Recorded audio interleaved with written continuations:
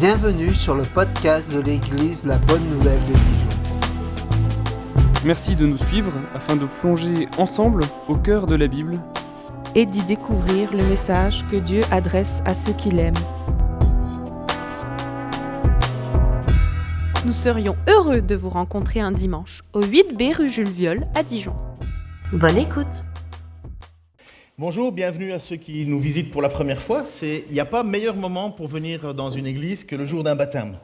C'est le meilleur moment parce qu'en fait, c'est là où on voit finalement c'est quoi l'idée de venir à l'église. Et une des grandes particularités, en fait je dirais presque ce qui définit la différence entre une église catholique romaine et une église protestante, ou en tout cas évangélique surtout, c'est que vous avez d'un côté l'église de multitude et de l'autre côté l'église de professants. Alors j'espère pas vous perdre, mais je vais vous expliquer. L'église de multitude, c'est que pour la plupart d'entre vous, en tout cas si vous êtes français ou belge ou d'autres, en fait vous êtes catholique parce qu'on ne vous l'a pas demandé, on vous l'a dit que vous le seriez parce qu'on vous a, dès votre naissance, on vous a amené à l'église, on vous a baptisé, on se dit voilà, vous êtes catholique, vous êtes sur la liste. Et donc, peu importe que tu crois pas, que tu es sur les listes de l'église de multitude. Donc c'est un ensemble de gens qui se reconnaissent, enfin, ou pas, mais ils sont sur la liste et ils sont considérés comme chrétiens.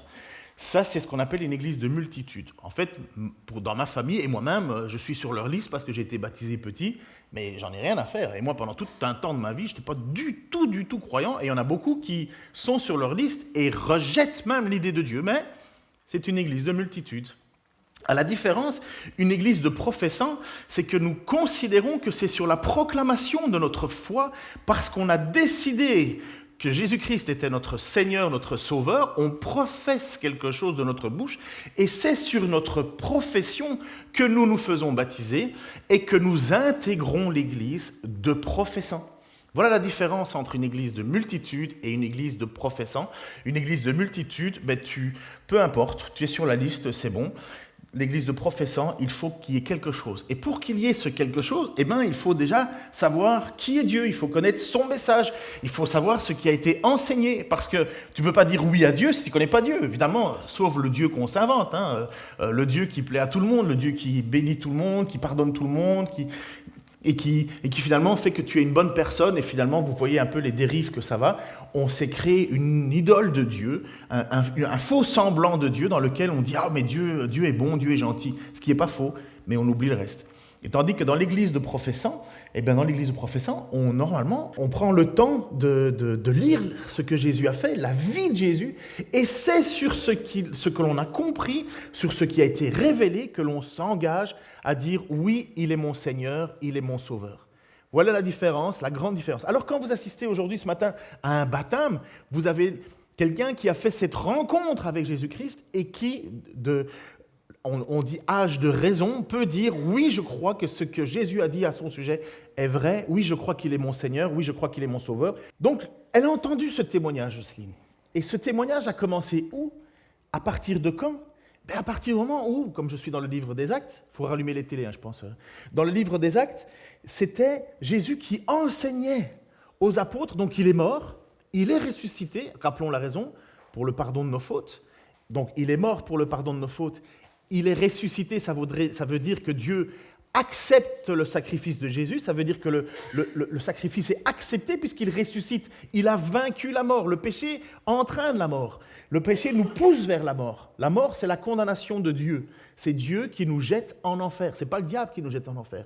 Le diable, l'enfer, c'est sa prison. Et qui va en enfer? Tous ceux qui n'ont pas accepté Jésus-Christ comme Seigneur et Sauveur, puisque c'est le moyen que Dieu a donné pour éviter cela.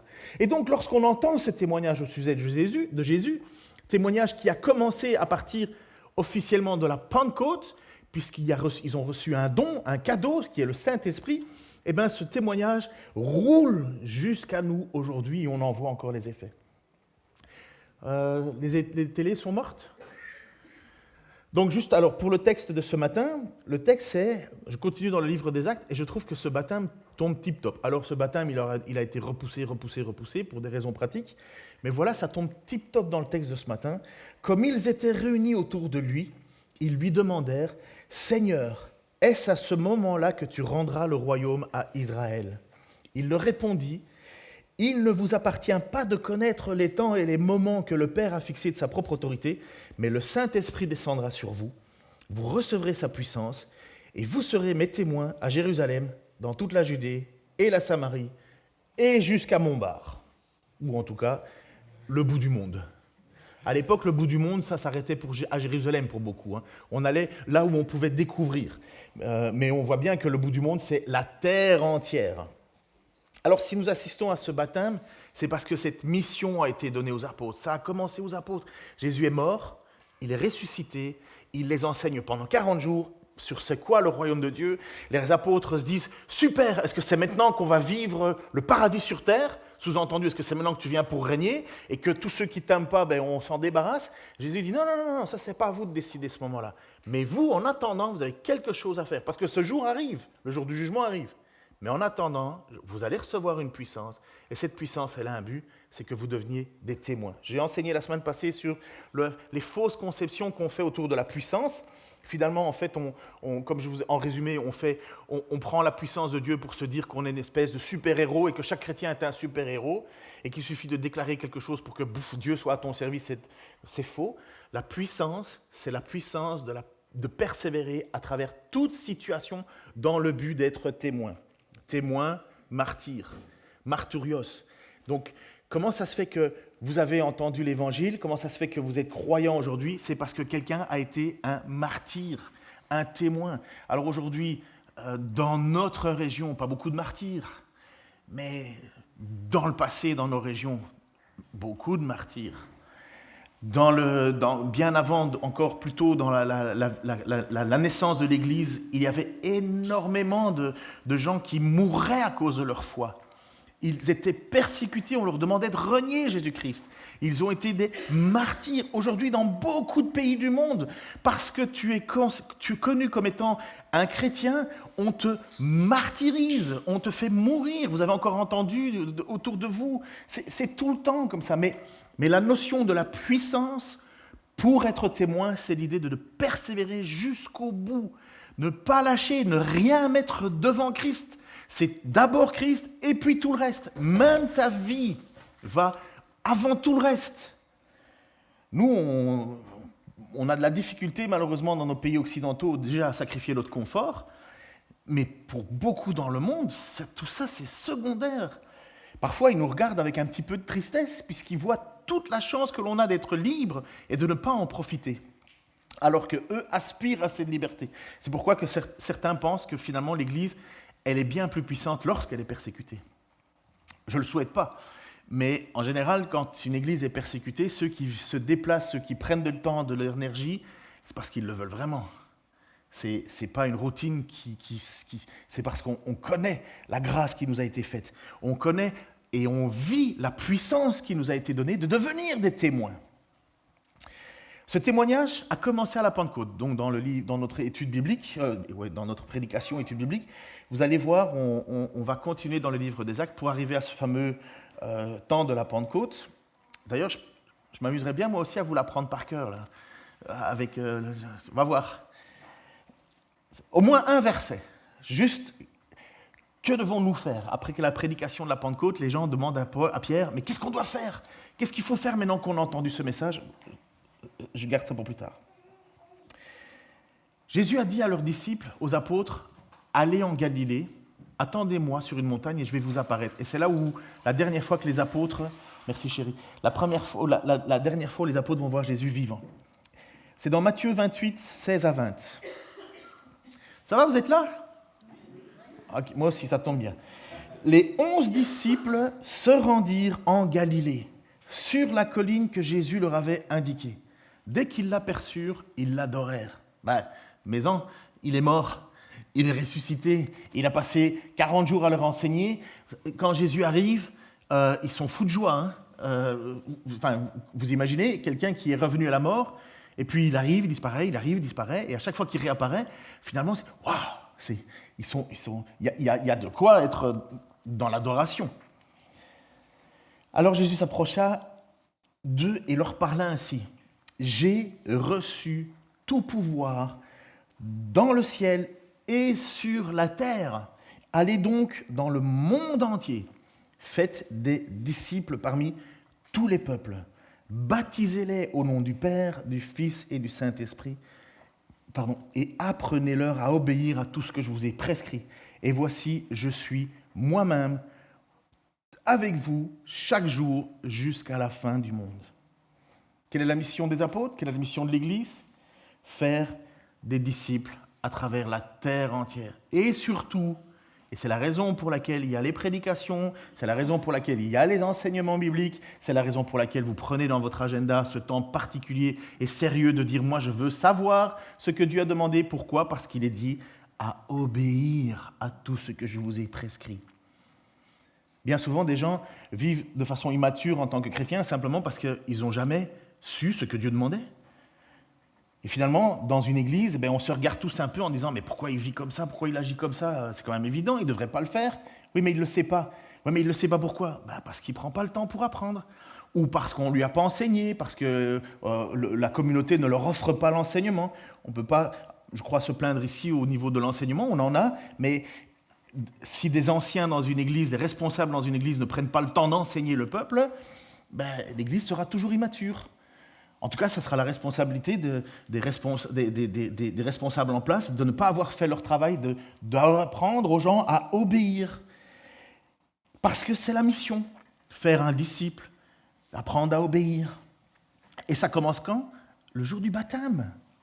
Le jour du baptême. Baptisez-les, c'est un ordre. Baptisez-o. Alors pourquoi il y a une piscine et pas juste un jet d'eau? Parce que, enfin une piscine, une mini-piscine, mais parce que baptiseo, ça vient du grec, baptiser, ça vient du grec baptiseo, qui veut dire immerger. Et c'est un symbole, je vais l'expliquer tout de suite, mais c'est un symbole. Et donc, nous avons cette mission de baptiser au nom du Père, au nom du Fils et au nom du Saint-Esprit. Les trois personnes de la Trinité sont en action lorsque l'on commence et que l'on déclare sur quelqu'un « Voilà, tu es chrétien. Bienvenue dans la famille de Dieu. » Après ça, il y a la persévérance et ainsi de suite, bien entendu. Donc les apôtres ont reçu pendant 40 jours l'enseignement sur le royaume de Dieu. Pendant 40 jours, Jésus les a enseignés. Il leur a enseigné qu'il avait vaincu la mort, qu'il était mort pour les péchés des gens, vos péchés, mes péchés, les péchés de ceux qui vont encore accepter Jésus-Christ. Il est mort pour leurs péchés. La mission que Jésus leur demande maintenant, ça leur semble aux apôtres, mais vraiment trop compliqué. Il faut savoir que, premièrement, Jésus, il est mort parce qu'il était persécuté. Même si c'est Dieu qui a voulu la mort de Jésus, puisque c'est Dieu qui a donné son Fils, mais en attendant, c'est parce qu'il y avait de la tension. Les apôtres savent très bien qu'il y a de la tension. Et donc, si on te dit, bon, maintenant, moi, je suis mort, mais je suis ressuscité, bon, vas-y, à ton tour, va à travers le monde et meurs pour moi, sans force, sans puissance, bon, t'y vas pas trop. Tous les apôtres, tous, ont fui le jour de l'arrestation de Jésus. C'est qu'il y avait un stress. Même Pierre, qui se croyait au-dessus des autres, a fui aussi. Ils sont tous partis, parce que c'était un climat terriblement anxiogène, terriblement menaçant pour les chrétiens. Mais Jésus dit, allez, faites des nations mes disciples. Mais il leur manque quelque chose, justement, ce que Jésus promet, cette puissance de recevoir le Saint-Esprit. C'est un cadeau que Dieu fait. Vous recevrez ma puissance. Et cette puissance permettra justement aux apôtres de dépasser leur confort, dépasser leur petite vision du monde, dépasser leur conception. Ils se disent, non, grâce à la puissance de Dieu, moi je suis capable d'affronter tout ce qui peut m'arriver. Je suis étonné, peut-être vous aussi, mais là je fais du recensement et puis je me disais, chouette, j'étais très content au début parce que le gars qui est mon contrôleur d'agence de recensement, je suis dans le quartier Montchapet, donc en plus là où il y a le concert qu'il va y avoir. Et il commence à me parler et il me dit, ah oui, moi aussi je lis la Bible, parce qu'ils savent tous que je suis déjà pasteur, hein, j'ai été épinglé. Mais ah oui, moi aussi je lis la Bible. Il dit, c'est quand même incroyable hein, tout ce qui se passe là-dedans, parce qu'il est dans la Genèse, et il dit, et les vaches qui mangent les vaches, et finalement en fait ça prouve que les vaches sont il m'a dit un truc du style carnivore. Moi, je me dis, mais il n'a rien compris. Hein. Mais en réalité, c'est vrai. Beaucoup de gens lisent la Bible, mais ils ne la comprennent pas. Ils ne comprennent pas ce qu'ils lisent. Beaucoup disent c'est trop compliqué c'est trop loin de moi. Parce qu'il y a véritablement, je crois, le besoin du Saint-Esprit pour pouvoir comprendre la parole de Dieu. Si vous lisez la Bible et que vous comprenez ce qui est écrit, sachez que c'est Dieu qui vous touche. N'oubliez pas que c'est la raison pour laquelle Jésus parle en parabole, afin que certains voient, comprennent, entendent, et que d'autres ne voient pas, ne comprennent pas, ne se convertissent pas. C'est étonnant pour nous d'entendre ça, parce qu'on sait que la volonté de Dieu, c'est que tout le monde soit sauvé, mais en même temps, Jésus parle en parabole, certains comprennent, d'autres pas. Si tu comprends ce qui est écrit, c'est qu'il y a une grâce de Dieu qui est faite, c'est qu'il y a l'Esprit de Dieu qui est en train de te travailler, et cette puissance qui fait en sorte que tu es capable de pouvoir dire « Oui, je crois en Jésus-Christ comme Seigneur et Sauveur ». Ce n'est pas notre intelligence. L'Évangile n'a pas été envoyé vers les intelligents, mais les gens humbles, les pauvres, les gens qui étaient pécheurs et qui le savaient. C'est eux qui ont accepté ce message et ont compris la grâce qui était faite. Et les propres justes, les religieux, ceux qui disaient « moi je fais ci, moi je fais ça, moi je fais ci », ils sont passés complètement à côté, au point même de faire mourir celui qui leur apportait la grâce. Et donc, sans ce Saint-Esprit, qui n'est pas une puissance impersonnelle, hein, c'est pas comme si tu te levais le matin et tu pouf, j'ai reçu une puissance, c'est une personne, le Saint-Esprit. C'est la troisième personne de la Trinité. Ça nous dépasse parce qu'on ne le voit pas, mais Jésus était une personne, Dieu est une personne, le Saint-Esprit est une personne. Le Saint-Esprit, on peut l'attrister, on peut lui mentir, on peut tricher contre le Saint-Esprit, on peut mentir à Dieu, on peut mentir à Jésus. C'est une personne, c'est pas une puissance qui flotte dans les airs, c'est bien plus que ça. Alors, j'ai pris dans les dictionnaires bibliques ce qu'était la question du Saint-Esprit. Le Saint-Esprit est la troisième personne de la Trinité, donc Trinité, Père, Fils, Saint-Esprit, avec le Père, le Fils et le Saint-Esprit. On peut connaître Dieu, écoutez bien, mais sans Jésus et sans le Saint-Esprit, on ne vaut pas plus qu'un historien. On peut connaître Dieu, on peut connaître l'histoire de la Bible, les choses qui se sont passées dans la Bible, mais si tu n'as pas Jésus et le Saint-Esprit, ça ne sert à rien. On a le cœur sec. On peut connaître Jésus, mais sans Dieu et sans le Saint-Esprit. On peut connaître Jésus en disant « Ah, ben c'était un bon moraliste, c'était un prophète, c'était un philosophe. » On peut connaître sa vie, mais sans Dieu, on ne comprend pas son rôle.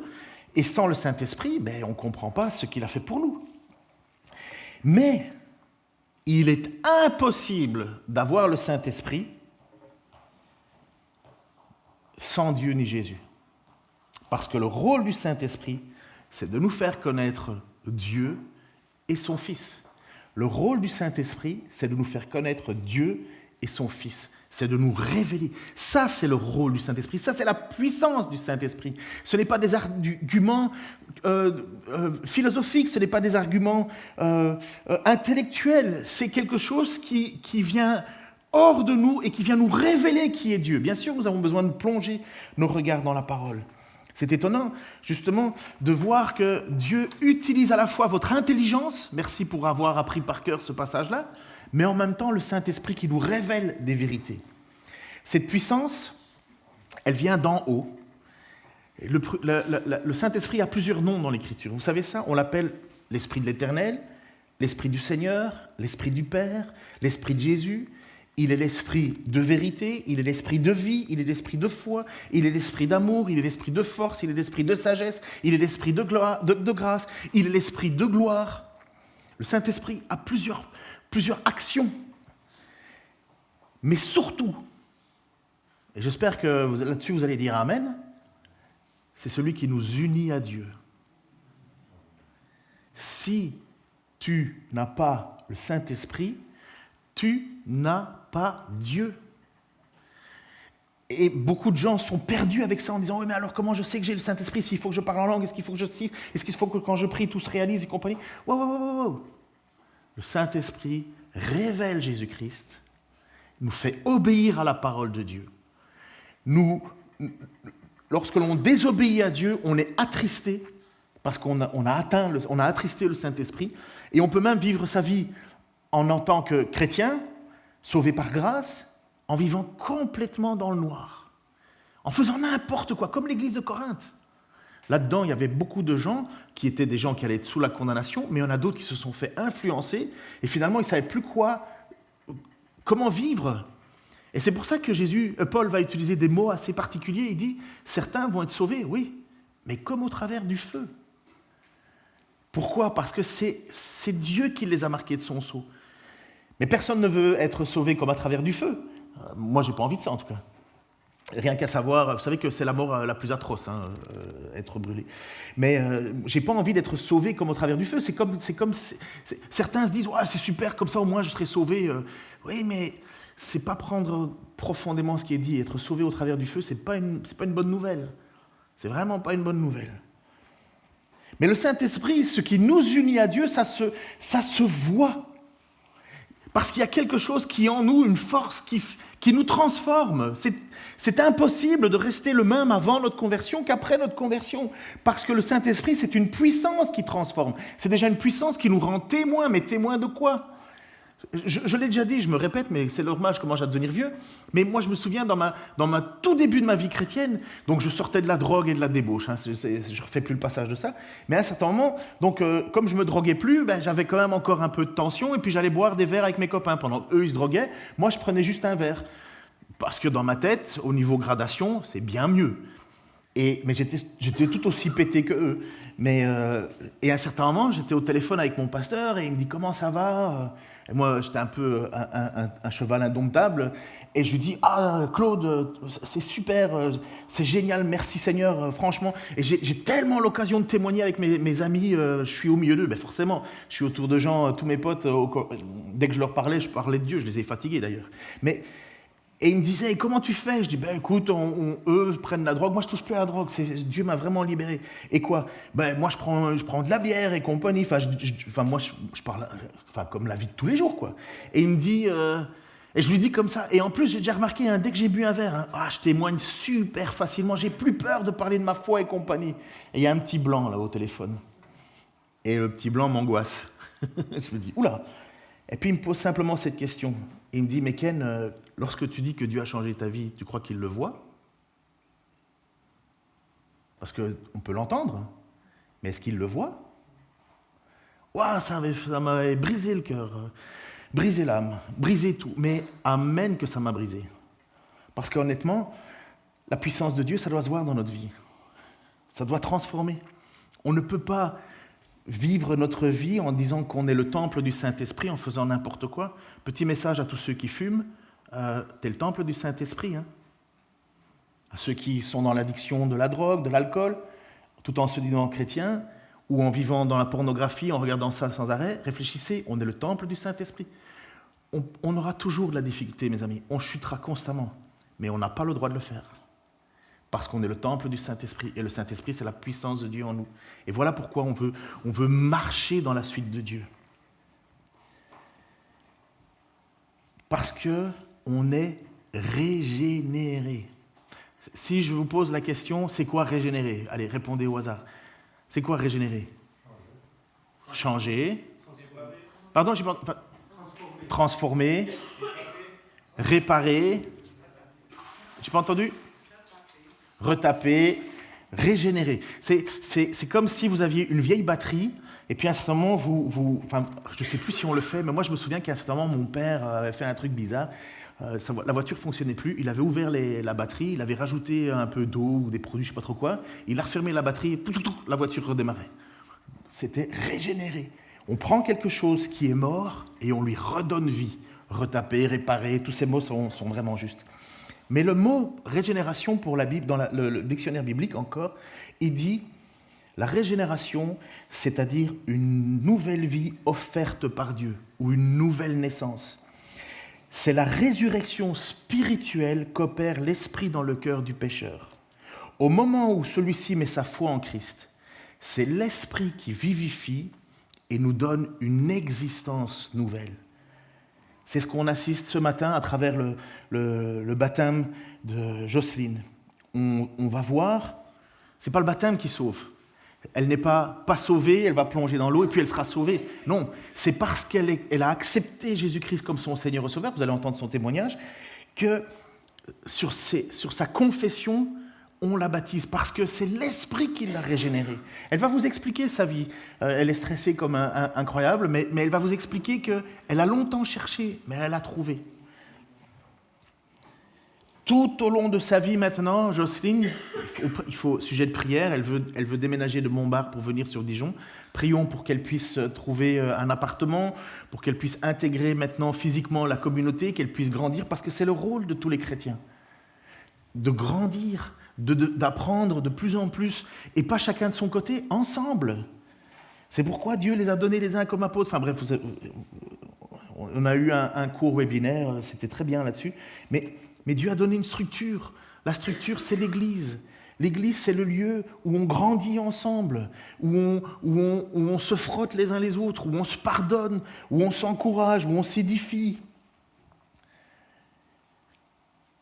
On va voir à travers ce baptême le symbole physique de ce qui s'est passé à l'intérieur. C'est l'occasion pour nous de nous réjouir en disant... Vous n'allez pas trouver une Jocelyne parfaite, hein, pas plus que vous allez trouver un Ken parfait, ou un Martin, ou un Franck, ou n'importe qui. Vous n'allez pas trouver ça.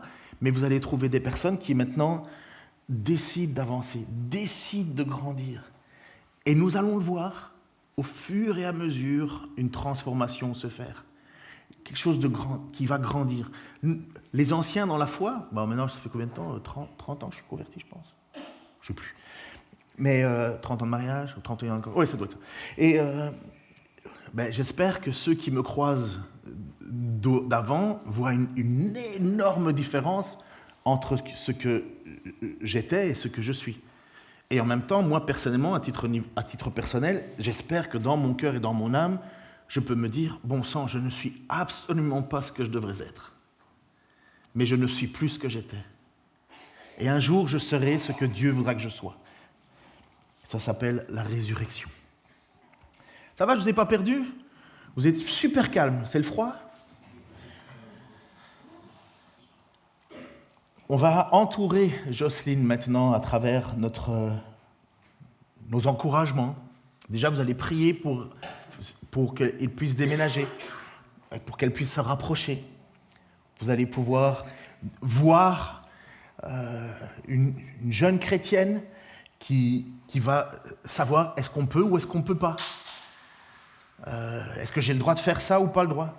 L'évangile n'est pas une question de tu peux pas manger ci, tu peux pas faire ci. L'évangile, c'est un amour que l'on a pour Dieu et des choses qu'on abandonne pour la gloire de Dieu. Et je termine ce petit temps. Après, ça va être ton tour, Jocelyne, de venir donner ton témoignage. Mais toujours dans notre livre des Actes, comme ils étaient réunis autour de lui, ils lui demandèrent « Seigneur, est-ce à ce moment-là que tu rendras le royaume d'Israël ?» Il leur répondit « Il ne vous appartient pas de connaître les temps et les moments que le Père a fixés de sa propre autorité. Mais le Saint-Esprit descendra sur vous. Vous recevrez sa puissance et vous serez mes témoins à Jérusalem, dans toute la Judée et la Samarie et jusqu'au bout du monde. » Nous ne savons pas quand Jésus va venir régner. Moi, j'aspire à ce qu'il arrive vite, mais en même temps, si je dis ça, ça veut dire qu'il y en a beaucoup qui vont mourir sans qu'ils aient encore entendu le témoignage de Dieu. Alors, ce n'est pas à moi de savoir quand. J'aimerais bien que ça aille vite, mais ce n'est pas à moi de décider quand est-ce que Dieu a dit, bon, maintenant c'est fini, la partie s'arrête. Mais il y a une chose que je sais, et vous le voyez encore aujourd'hui, c'est que 2000 ans plus tard, à vol d'oiseau, depuis le lac de Galilée jusqu'à Dijon, 8B rue Jules Viol, 3000 km plus loin, nous avons et nous voyons que quelqu'un a été témoin pour que Jocelyne entende parler du pardon de Dieu. 2000 ans plus tard, 3000 km plus loin, le message est arrivé encore jusqu'aux oreilles de Jocelyne. Jocelyne, approche-toi pour ton témoignage.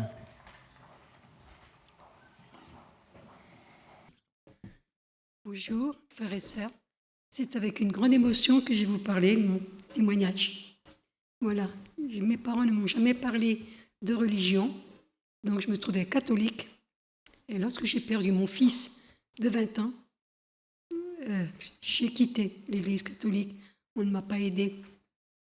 Donc nous sommes descendus, moi et mon mari, dans le sud, où là, j'ai rencontré des témoins de Jéhovah qui sont venus frapper à ma porte en me parlant de Dieu à leur façon. Je ne comprenais rien, je ne ressentais rien. Et donc, j'ai arrêté aussi. Après, nous avons eu les Mormons qui sont venus. Et là, on me demandait 10% de ce que je gagnais tous les mois. Et ils savaient me rappeler quand j'avais du retard, pour me dire, vous avez une dîme en retard. Donc, je vais être franche, je gagnais 1 500 €, on me demandait 150 € tous les mois à donner.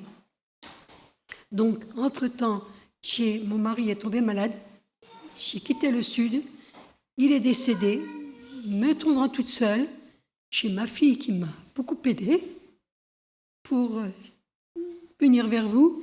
Et aujourd'hui, j'ai senti avec ma fille qu'il y avait quelque chose d'autre que je recherchais depuis très longtemps. Alors, je suis restée là, je suis bien. Je remercie beaucoup le pasteur Ken qui m'a un peu fait comprendre qui était Jésus. J'ai lu. Je suis émotive, hein, je suis un peu... Je tremble sur mes jambes. T'aurais dû prendre tes notes. Non, ça va. Ça va, ce qu'il y a, c'est que, bon, c'est très douloureux pour moi, pour mon fils qui est parti, très douloureux après pour mon mari. Je me suis retrouvée toute seule. Ma fille m'a beaucoup parlé de votre église, et là, j'ai senti qu'il y avait quelque chose qui me réchauffait, j'ai senti l'amour, j'ai appris qui était Jésus, et là, je suis restée, je suis bien. Et, pardon, je vous demande pardon. Je suis bien et je veux y rester. C'est pour ça que par ce baptême, je donne ma vie à Jésus. Je sais qu'il est mort, qu'il a été crucifié sur la croix pour mes péchés. Et son pardon est plus grand que mes fautes. Donc voilà, il est écrit dans... comment je vais dire? Je ne me rappelle plus. Il est écrit dans Jean 3, verset 16, que Dieu a tellement aimé le monde qu'il a donné son Fils unique pour... afin que quiconque en lui ne périsse point, mais ait la vie éternelle. Et ça, je me sens vraiment... J'ai trouvé une place que je cherchais depuis très longtemps. Avec mon âge, j'ai cherché des années, et enfin, j'ai trouvé, et je suis bien, et je dis merci à Jésus, je l'aime, et je veux rester et suivre ses pas. Tu veux dire autre chose ou c'est bien? Hein? Tu veux dire autre chose ou c'est bien? Non, j'aime Jésus, c'est tout. Je ne peux plus vivre maintenant, ma vie est avec Jésus. Amen. Amen. Il a trop donné, il a trop souffert pour moi, pour mes péchés, donc il est normal que moi je le récompense. À la première place. Première place, avant moi. Voilà, on va aller te laisser te changer, et puis on va chanter un chant. En fait, non, tu as choisi un chant, tu peux nous lire Je regarde. de Capi. Capi est un chanteur du mouvement Vie et Lumière, c'est un psalmiste, on va dire, non, quelqu'un qui fait des cantiques, et c'est un texte qui t'a beaucoup parlé. Pourquoi? Tu peux le dire? Pour ce que Jésus a vécu. Pour ce que Jésus a vécu à ta place, c'est ça? À ma place. Voilà. Bon, C'est une place imméritée qu'il a. Amen. Vous savez, l'évangile en simples mots. Je suis pécheur, je ne mérite pas. C'est Je bon. ne mérite pas.